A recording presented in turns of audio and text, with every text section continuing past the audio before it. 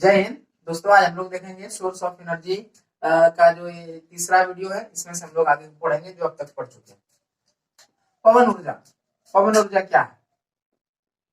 ये जो पवन है, पवन है, इसको जान रहे हैं, कहते हैं वाइंड। ठीक है, वाइंड का मतलब था पवन। ठीक है, वाइंड क्या भाई? तो यह तो आप जान रहे हैं, बहती हुई हवा को ही जो है वाइंड कहते हैं। थोड़ा सा हल्का हल्का अगर हवाएं बह रही हो तो उसको ब्रीज कहते हैं। थोड़ा सा तेज हवाएं बह रही हो तो फिर उसको स्टॉर्म भी कहते हैं। ठीक है, पवन से जो ऊर्जा हमें मिलती है उसको कहते हैं पवन ऊर्जा। पवन से ऊर्जा कैसे मिलती है? तो ये है पवन चक्की, ये जमीन पर लगी हुई है, ये पवन चक्की है हमारे। और जब हवाएं चलती है इधर, जब हवा इधर तेजी से चल रही होती है तो इस पंखुड़ी को घुमाती है। जब यहाँ से पंखुड़ी घूमती है तो फिर यही पंखुड़ी टरबाइन के साथ जुड़ी होती है अंदर की तरफ। ठीक है, और वो टरबाइन का पहिया आगे घूमता है और फिर टरबाइन के पहिए के घूमने से बिजली जो है क्या होता है कि ये गतिज ऊर्जा टरबाइन के पहियों में चली जाती है। टरबाइन के पहिए घूमते हैं तो उसकी गति ऊर्जा को फिर डायनमो के द्वारा क्या क्या चेंज कर लिया जाता है, किसमें? इलेक्ट्रिसिटी में। और फिर बिजली को नीचे इसके जरिए नीचे जमीन पर भेजा जाता है और फिर जमीन के अंदर ही वायर लगी रहती है। कहीं एक जो है सेंटर लगा रहता है, पावर स्टेशन बना दिया जाता है, वहां पावर स्टेशन तक बिजली को भेज दिया जाता है और फिर यहाँ से सप्लाई कर दिया जाता है। क्या समझ में आया? पवन ऊर्जा क्या है? यानी कि हवाओं के चलने से पवन चक्की घूमता है। ठीक है, जब पवन चक्की घूमते हैं तो जो है घूमने के बाद क्या होता है कि हम बिजली बनता है। ठीक है, इसी के घूमने की वजह से, क्योंकि इसके साथ जो है टरबाइन जुड़ा हुआ रहता है और फिर इसके घूमने से बिजली बनती है और फिर उसे गाँव में सप्लाई कर दिया जाता है। तो इसे कहते हैं पवन ऊर्जा।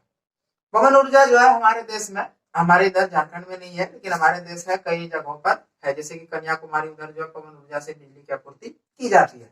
पवन ऊर्जा के लिए क्या चाहिए? पवन ऊर्जा के लिए एक बड़ा जगह चाहिए जहाँ की हवाएं भी चलती हो, जिसके वजह से जब हवाएं चलेगी तभी तो इसकी पंखुड़ी घूमेगी ना। जब इसकी जो है विंग्स घूमेगी, पवन चक्की घूमेगी, वाइंड मिल घूमेगी, चलेगी, तभी तो जो है बिजली बनेगा। तो इसे कहते हैं पवन चक्की। हमारे देश में कन्याकुमारी साइड में, यानी कि समंदर के किनारे साइड में जो है, या फिर जो है उधर पवन चक्की का यूज किया जाता है। अब देखते हैं पवन चक्की के लिए क्या क्या जरूरी है, इसके लिए क्या क्या आवश्यकता है। सबसे पहला चीज तो ये जो हवाएं हैं, हवाओं को चलना चाहिए कम से कम 15 किलोमीटर पर आवर की स्पीड से, कम से कम। इससे कम अगर तेज हवाएं चल रही है तो काम नहीं चलेगा। हमारे यहाँ जहाँ हम लोग वीडियो बना रहे हैं, कोई हवाएं लगता है, ऐसा लग रहा है कि हवाएं चली नहीं रही है, पत्ते हल्का हल्का हिल रहे हैं ना। और जब 15 किलोमीटर की स्पीड से हवाएं चलेगी तो आपको एहसास होगा कि हवाएं चल रही है। तो कम से कम 15 किलोमीटर पर आवर की स्पीड से हवाएं चलनी चाहिए, पहला कंडीशन ये है। और दूसरा कंडीशन ये भी है कि एक पवन चक्की लगाने से आपको बिजली की आपूर्ति ज्यादा नहीं होगी। आपको बहुत सारे पवन चक्की लगाना पड़ेगा, तभी आप बिजली की आपूर्ति अच्छे तरीके से कर सकते हैं। फॉर एग्जाम्पल, अगर आपको अपने घर के लिए बिजली की आपूर्ति चाहिए तो आप पवन चक्की तो नहीं लगाएंगे, है ना। तो पवन चक्की बहुत सारे लगाएंगे तभी तो आप पावर स्टेशन बनाएंगे। ठीक है, इसके लिए क्या है कि ये पवन चक्की बनाने में जो है खर्चा बहुत आता है, ये खर्चीला है, बहुत ज्यादा खर्चीला है, पहला चीज। ठीक है, उसके बाद इसमें एक खतरा ये भी रहता है कि अगर तेज हवाएं चल गई, बहुत ज्यादा तेज, यानी कि आंधी तूफान ज्यादा आ गया, तो हो सकता है कि आपकी जो पवन चक्की उड़ जाएगी। बस समझ आ रही? क्या होगा? पवन चक्की उड़ जाएगा, मतलब क्या? उलट सकती है, पवन चक्की उलट सकती है, क्योंकि पवन चक्की जमीन से बहुत ऊंचाई पर रहती है। अगर तेज हवाएं चलेगी तो पवन चक्की आपकी टूट सकती है, उलट सकती है, और अगर ये टूट गए तो फिर भारी नुकसान हो जाएगा, फिर से आपको लगाना पड़ेगा। इसका रख रखाव का भी आवश्यकता होता है। सबसे पहला तो ये खर्चीला बहुत है, दूसरा जो है ना, इसे समय समय पर रख रखाव की आवश्यकता होती है, इसे देखना भी पड़ेगा किस तरह से। हमारे गाँव के रोड की तरह नहीं है कि एक बार जो है ना बना दिया गया तो 10 साल से रोड बनी नहीं है, बस किसी तरह काम चल रहा है, कहीं पानी जमा, कहीं गड्ढे हो गए, किसी को मतलब नहीं। ऐसा इसमें नहीं चलेगा, इसमें जो है रखरखाव आवश्यकता है, नहीं तो फिर ये टूट के गिर सकता है, क्योंकि हर साल जो है तेज हवाएं आती है। आप जानते तूफान आता है, उड़ीसा में कुछ दिन पहले तूफान आया है ना, और भी तूफान आते रहते हैं। इसमें क्या है, रखरखाव भी चाहिए और ये खर्चीला भी है। प्लस में कम से कम 15 किलोमीटर पर आवर की स्पीड से हवाएं चलनी चाहिए, इसका कंडीशन है, तभी जो है। और क्या, अगर कम से कम 1 मेगावाट, एक MW है ना, मेगावाट बिजली बनाने के लिए आपको ये तो चाहिए और साथ ही साथ 2 हेक्टेयर, कम से कम 2 हेक्टेयर जमीन की आवश्यकता होगी, जहां पर क्या आप पवन चक्की को लगाएंगे और तब जो है आपको 1 मेगावाट बिजली मिलेगी। ठीक है। एक मेगावाट बिजली के लिए क्या कितना चाहिए, कम से कम 2 हेक्टेयर जमीन की भी आवश्यकता चाहिए। एक बड़ा सा जन भूभाग भी आपको चाहिए इसके लिए, ये भी आवश्यक होता है। बस समझ आ रही है। हालांकि हमारे देश में इतनी कैपेसिटी है कि इस तरह हमारी चलती है जिस जगह हमारे देश में, तो हमारे देश में इतना जो मेगावाट बिजली बन सकती है, ऐसा चांस है, ऐसा अनुमान लगाया गया है। लेकिन अभी हमारे देश में केवल 380 मेगावाट बिजली पवन चक्की के जरिए बनती है। अभी फिलहाल प्रेजेंट में इतना है, लेकिन इसका फ्यूचर है 45,000 मेगावाट बिजली हमारे देश में बन सकती है। यानी कि पवन चक्की के जरिए भी हमारा देश कहीं ना कहीं चल सकता है बहुत हद तक, अगर कंप्लीट तौर पर अगर देखा जाए तो। और अभी जो है जनरल नॉलेज के लिए बता दें, जो डेनमार्क है ना, डेनमार्क इसे जो है पवनों का देश कहा जाता है। ठीक है, पवनों का देश कहा जाता है। यहाँ पवन चक्की से बिजली बहुत ज्यादा मात्रा में जो बिजली पवन चक्की से उपलब्ध कराई जाती है सरकार के द्वारा। ठीक है, यूज करते हैं। उसके बाद आगे है, अब यहाँ तक जो हम लोगों ने देखा अब तक ये है जिसका यूज हम लोग कर रहे हैं, यानी कि ये पारंपरिक स्रोत कह सकते हैं। अब आगे जो पढ़ेंगे वो होगा गैर पारंपरिक स्रोत, जिसका यूज नहीं कर रहे हैं, बस अब करना स्टार्ट किए, शुरू किए हैं और आगे भी इसका यूज करेंगे। ठीक है, उसमें से सबसे पहला है हमारा सौर ऊर्जा। सौर ऊर्जा क्या है? तो सौर ऊर्जा कहते हैं, सोलर एनर्जी से इंग्लिश में कहते हैं। ये क्या है? तो सूर्य से जो हमें गर्मी मिलती है, सूर्य से जो गर्मी मिलती है उसका हम उपयोग करते हैं, और सूरज से मिलने वाले गर्मी का उपयोग करके और फिर उससे जो है क्या करते हैं, हम अपने कामों में उसे यूज करते हैं, यूटिलाइज करते हैं। यानी कि सूरज से मिलने वाली गर्मी को, सूरज से मिलने वाली गर्मी को हम क्या करते हैं, इलेक्ट्रिसिटी में चेंज करते हैं, और फिर इलेक्ट्रिसिटी का यूज अलग अलग कंडीशन में हम लोग करते हैं। ठीक है, बस समझ आ गई कैसे करते हैं, चलिए देखते हैं। तो सौर ऊर्जा का डिफिनेशन क्या? सूरज से मिलने वाली ऊर्जा को सौर ऊर्जा कहते हैं। इसके लिए सोलर प्लेट लगाए जाते हैं। सोलर प्लेट, सोलर प्लेट सूरज के आने वाली रोशनी से गर्मी को एब्जॉर्ब करता है, हीट को एब्जॉर्ब करता है, और उसी हीट को एब्जॉर्ब करने के बाद यहाँ डिवाइस लगे रहते हैं सोलर प्लेट के पीछे साइड में। वो डिवाइस क्या करते हैं, इस हीट एनर्जी को इलेक्ट्रिक एनर्जी में चेंज करता है, और फिर वो इलेक्ट्रिक एनर्जी हमारे काम के लिए यूज कर ली जाती है, या फिर बैटरी में स्टोर कर लिया जाता है, या फिर पावर स्टेशन से सप्लाई कर दिया जाता है अलग अलग जगहों पर। तो इस तरह से सौर ऊर्जा का हम लोग उपयोग करते हैं। हमारे देश में सौर ऊर्जा के लिए बहुत सी स्कोप है। हम अगर चाहें तो जो है सौर ऊर्जा से भी बहुत भारी मात्रा में जो ऊर्जा हम उपलब्ध कर सकते हैं, बिजली बना सकते हैं और अपने कामों में इस्तेमाल कर सकते हैं। लेकिन अभी इनका उपयोग, उसका जो यूज है सौर ऊर्जा का, भी बहुत ही ऊर्जा मिल सकती है। इसे महासागरीय ऊर्जा भी कहते हैं, या समुद्रीय ऊर्जा भी कहते हैं। समुद्र से ऊर्जा किस किस तरह से मिल सकती है? तो सबसे पहले अगर हम बात करें समुद्र से ऊर्जा मिलेगी, तो समुद्र में आपको पता है कि लो टाइड और हाई टाइड आता है। Low tide and high tide क्या है भाई? लो टाइड और हाई टाइड क्या है? तो ये है ज्वार भाटा। क्या ये? इसको कहते हैं लो टाइड हाई टाइड, इसको कहते हैं ज्वार भाटा। ज्वार भाटा यानी कि समंदर का जो पानी है, समंदर में जो लहरें चल रही है, हर 12 घंटे के बाद समंदर की लहरें बहुत ऊंचाई तक उठती है और फिर वहां से गिर जाती है। जब समंदर की लहरें नीचे की तरफ गिरती है तो बहुत तेजी से पानी तट पर, किनारों पर यानी कि आ जाता है। यानी कि आप इस तरह से कह सकते हैं। ठीक है, जब समंदर में जो लहरें उठती है और लहरें उठने के बाद जब गिरती है इधर किनारों पर बहुत दूर तक, 2 से 3 किलोमीटर तक लगभग, मैं हालांकि ज्यादा बता रहा हूँ, मैक्सिमम कहीं कहीं पर कम भी। ठीक है, पानी बहुत दूरी तक यहाँ आ जाता है, पानी दिख जाता है। यानी कि इसके वजह से ज्वार भाटा के उठने की वजह से कई जो है किलोमीटर तक पानी तट पर पहुंच जाता है, और फिर वो पानी वापस चला जाता है। हर 12 घंटे में ऐसा होता है, पानी का आना और फिर जाना। यानी कि समंदर की लहरों का कुछ ऊंचाई तक उठना और फिर गिर जाना, इसी कहते हैं ज्वार और भाटा। ठीक है, जब उठता है उसको कहते हैं हाई टाइड, जब गिरता है उसको कहते हैं लो टाइड। एक ये होता है, दूसरा ये भी समंदर में लहरें चलती रहती है, और जो समंदर में लहरें चलती है वो हमारे नदी की तरह लहर नहीं होती, उनकी लहरें कुछ अलग होती है। ठीक है, क्योंकि वो पानी एक जगह से रुका हुआ है, ठीक, ऊपर की तरफ लहरें चलती है।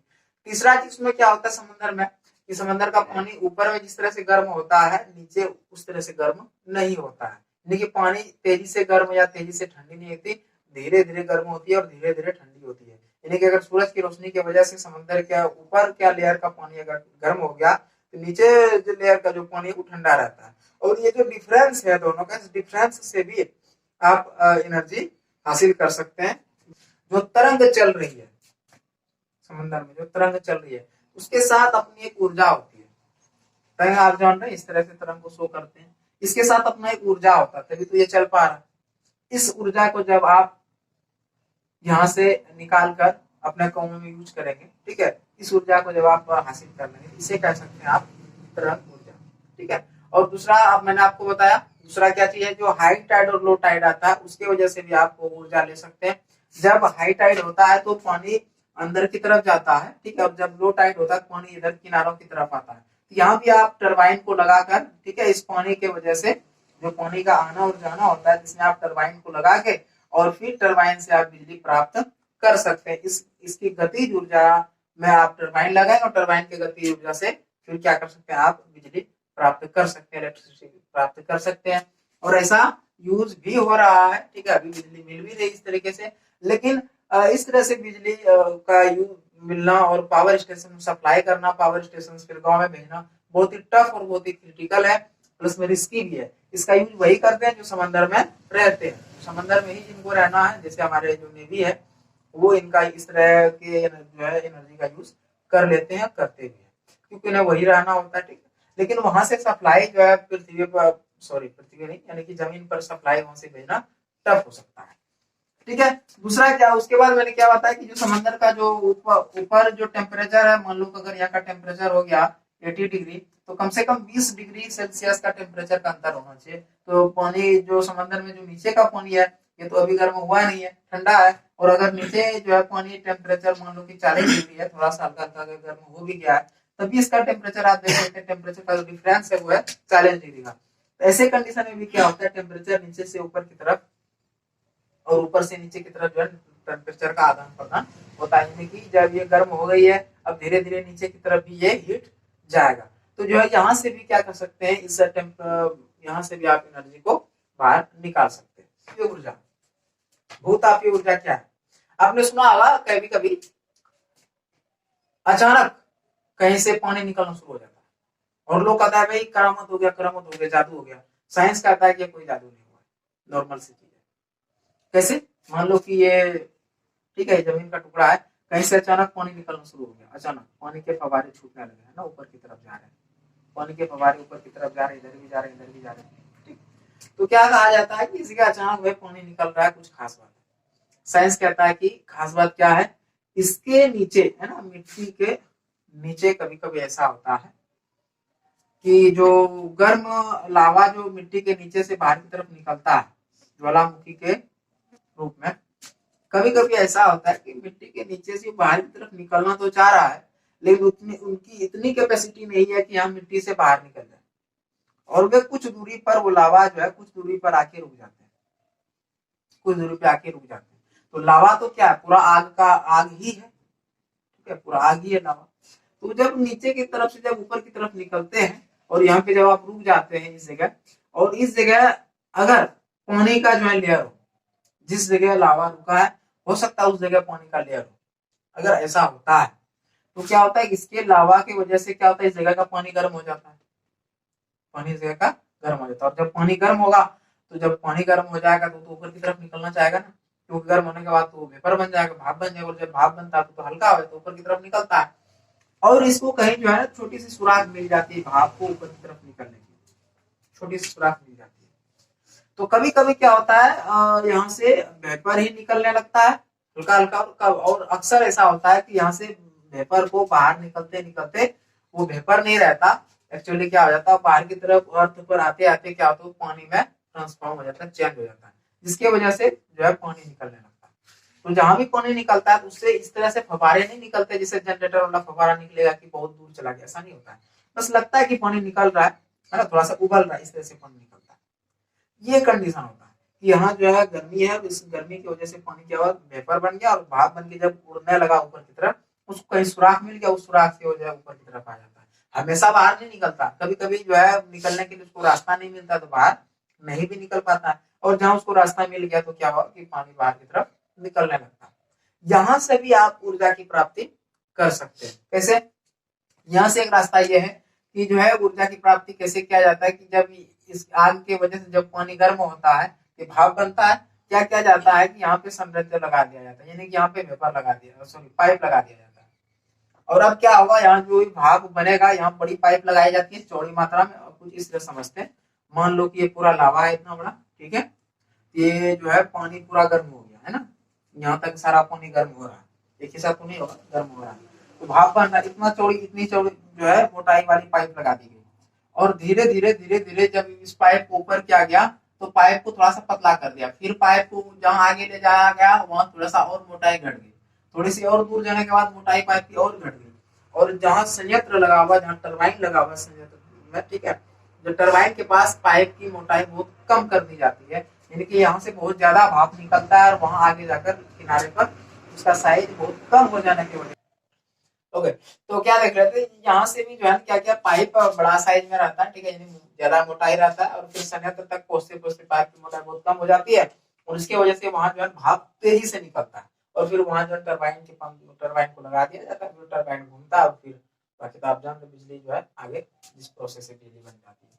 तो जो है ये है हमारा एक, इस तरीके से भी आप जो बिजली बना सकते हैं, लेकिन इसमें से भी कुछ कमियां हैं, इसकी कुछ खामियां हैं।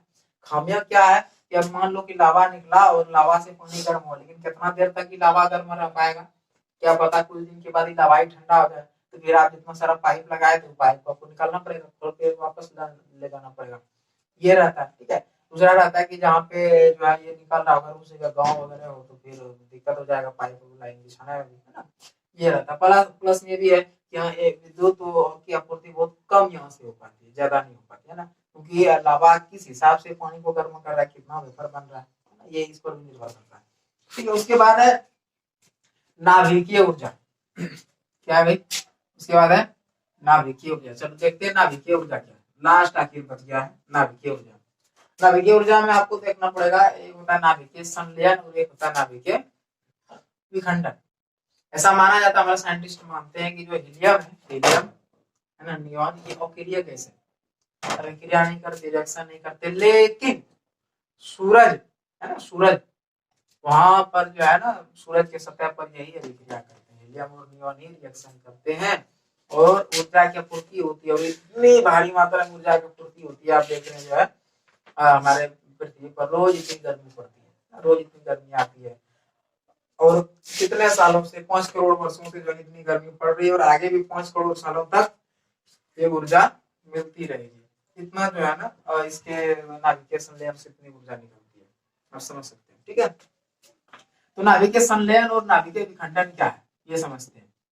नाभिकीय संलयन में क्या होता है कि नाभिकों का मिलन होता है, ठीक है, जब दो दो नाभिक मिलकर एक बड़ा नाभिक बनाते हैं, बहुत ज्यादा ऊर्जा वहां से निकलती है, उसको कहते हैं नाभिकीय संलयन। और दूसरा कंडीशन ये होता है कि नाभिकीय विखंडन एक होता है, इस प्रोसेस से भी ऊर्जा निकलती है। और जब नाभिकीय ऊर्जा में हम लोग पढ़ेंगे कि विखंडन के द्वारा ही हमें ऊर्जा मिलती है। विखंडन में क्या होता है, एक भारी नाभिक नाभिक बड़ा नाभिक टूट कर छोटे छोटे नाभिक में डिवाइड हो जाता है, जब वो टूटता है तो उससे भी ऊर्जा निकलती है। आप ध्यान दिए होंगे या फिर आगे ध्यान दे सकते हैं, बर्फ आप जान रहे हैं, बर्फ खाने वाला जो बर्फ होता है वो बहुत ठंडा है, और आपको पता है जब वो ठंडा है तो ठंडे में तो भाप का कोई रीजन नहीं बनता, लेकिन आप देखेंगे बर्फ से भाप निकलता है, ठीक है, बर्फ से भाप निकलता है। जिस तरह से बर्फ से भाप निकलता है, बस वो समझ लीजिए उसी तरह से यहाँ भी है कि जब विखंडन होता है, विखंडन होने से ऊर्जा निकलती है। आप कुछ इस तरह से समझ सकते हैं, छड़ होता है ना, छड़ को काटते हैं, छड़ को काटते हैं, काटने के बाद आप देखोगे टच करके जिस जगह पे छड़ को काटा गया तो दोनों साइड पूरा गर्म हो जाता है, टूटने के बाद गर्म होता है, बस वही सब प्रोसेस है। जब नाभिकीय विखंडन होता है तो उससे ऊर्जा की आपूर्ति होती है, ऊर्जा निकलती है, उसी ऊर्जा को जो है चेंज कर लिया जाता है इलेक्ट्रिसिटी में, ठीक है, विद्युत में, या फिर उसी ऊर्जा को जो है क्या कहते हैं, पावर स्टेशन से अप्लाई किया जाता है, ठीक है, तो उसे कहते हैं नाभिकीय ऊर्जा। लेकिन इससे भी कुछ दिक्कतें हैं हमारे देश में, हालांकि नाभिकीय ऊर्जा से ही बिजली देने का उपाय हो रहा है, ऐसा हमारी सरकार कोशिश कर रही है, लेकिन इसमें कुछ दिक्कतें हैं। दिक्कतें क्या है कि नाभिकीय ऊर्जा में दिक्कत ये होगी, जब भी विखंडन होगा इसमें लिमिटेड एनर्जी नहीं निकलेगी, इसमें जितना एनर्जी निकलना है उतना ही निकलेगा, कम या ज्यादा नहीं निकल सकता, और उतना एनर्जी को जो है स्टोर करना, ठीक है, और फिर उसका सप्लाई करना भी आवश्यक है। स्टोर करने का मतलब क्या है, जब एनर्जी निकला तो डायरेक्ट तो आप सप्लाई नहीं करेंगे, पावर स्टेशन तक भेजना, फिर वहां ट्रांसफार्मर के जरिए फिर आगे उससे अगले जो है स्टेशन तक उसको भेजोगे, और फिर जो है उसका फिर डिस्ट्रीब्यूटर तक जाएगा, यानी कि घरों तक पहुंचेगा। तो इस प्रोसेस के लिए भी इसमें भी एक खतरा है कि कभी कभी अभिखंडन में जितनी ऊर्जा चाहिए उससे अगर कम मिल रही है तो फिर दिक्कत की बात नहीं, लेकिन अगर ज्यादा अभिखंडन से ऊर्जा निकल जाती है फिर आग लग सकती है ना, शॉर्ट सर्किट भी हो सकता है, ऐसा भी कह सकते हैं। और प्लस में बहुत ज्यादा ऊर्जा निकलने की संभावना रहती है।